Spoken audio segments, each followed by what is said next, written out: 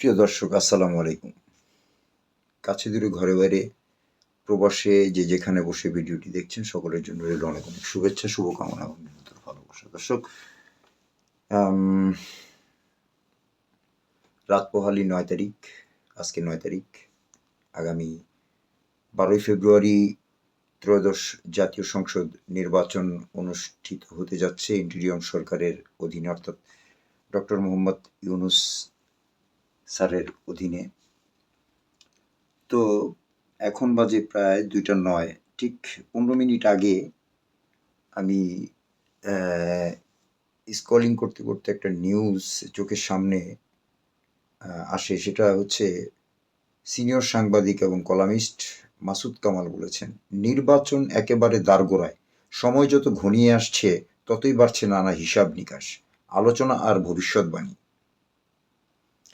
কে কত আপন পেতে পারে, কার সম্ভাবনা কতটা, এ নিয়ে রাজনৈতিক অঙ্গনে যেমন চর্চা চলছে, তেমনি সাধারণ মানুষের মধ্যেও কৌতূহল তুঙ্গে।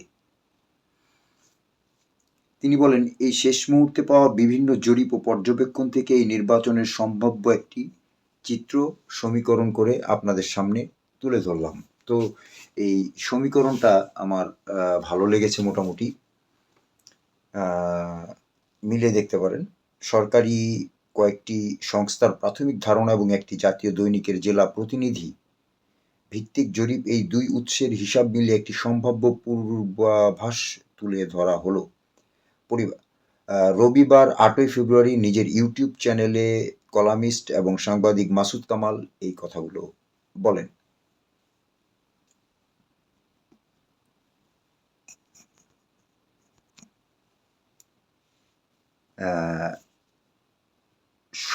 সরকারি সংস্থাগুলোর প্রাপ্ত তথ্য বিশ্লেষণ করে কলামিস্ট মাসুদ কামাল বলেন, এবারের নির্বাচনে মোট 300 আসনের মধ্যে ভোট হচ্ছে 298টি আসনে।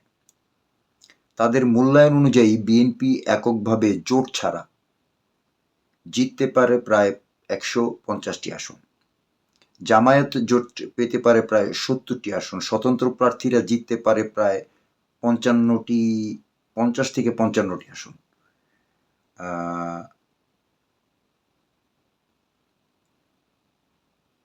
জাতীয় পার্টি পেতে পারে 10 থেকে 12টি আসন, ইসলামী আন্দোলন পেতে পারে 7 থেকে 8টি আসন এবং অন্যান্য ছোট দল ইত্যাদি মিলিয়ে পেতে পারে প্রায় 5টি আসন।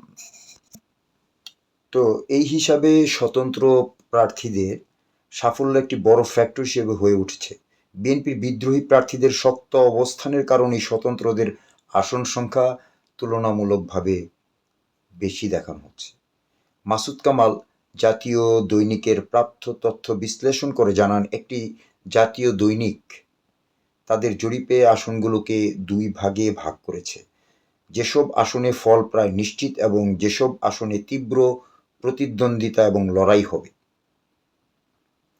নিশ্চিত আসন প্রতিদ্বন্দ্বিতা কম, বিএনপি 88টি আসন, জামায়াত 51টি আসন, স্বতন্ত্র প্রার্থী 100টি আসন, এনসিপি 2টি আসন, জাতীয় পার্টি 4টি আসন এবং অন্যান্য দল 4টি আসন।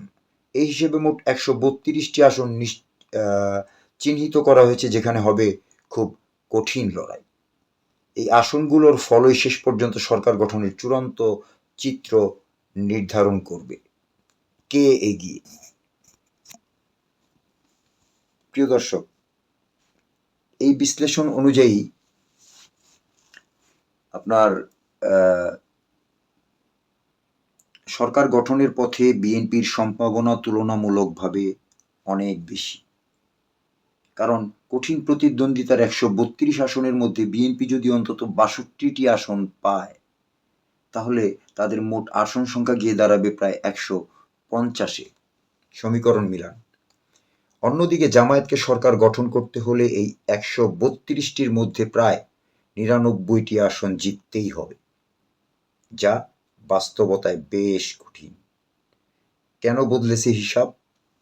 আসি। বিশ্লেষকদের মতে, সময় গড়ানোর সঙ্গে সঙ্গে রাজনৈতিক বাস্তবতাও বদলে গেছে। অন্তর্বর্তী সরকারের সময়কার কুশাসন এবং জনদুর্ভোগ মানুষের মধ্যে তুলনার প্রবণতা তৈরি করেছে। পাশাপাশি মাঠ পর্যায়ে কিছু নেতাকর্মীর নেতিবাচক কর্মকাণ্ড বড় দলগুলোর জনপ্রিয়তার প্রভাব ফেলেছে।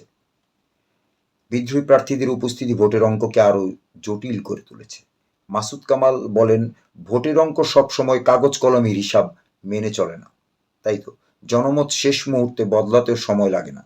তাই এই ভবিষ্যৎবাণীকে সম্ভাব্য একটি মেটিকুলাস চিত্র হিসেবেই দেখতে বলেছেন সংশ্লিষ্টরা, ধারণা করতে বলেছেন।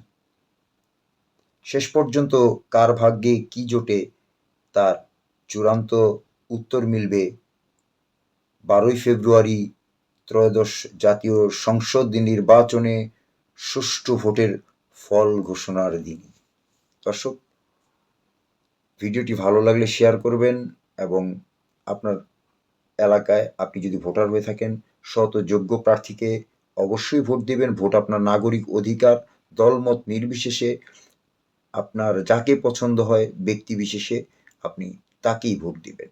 ভোটের জন্য কারো লোভে পড়ে, প্ররোচনায় পড়ে আপনার নাগরিকত্বের এই অস্তিত্বকে নষ্ট করবেন না। দর্শক, সোহাগ অফিসিয়াল পেজ থেকে আমি সোহাগ আজকের মতো এখানে বিদায় নিচ্ছি। আগামীতে নতুন কোনো নিউজ নিয়ে, নতুন কোনো আপডেট নিয়ে আবার আপনাদের সামনে হাজির হব। সে পর্যন্ত সবাই সুস্থ থাকবেন, ভালো থাকবেন। আল্লাহ হাফেজ।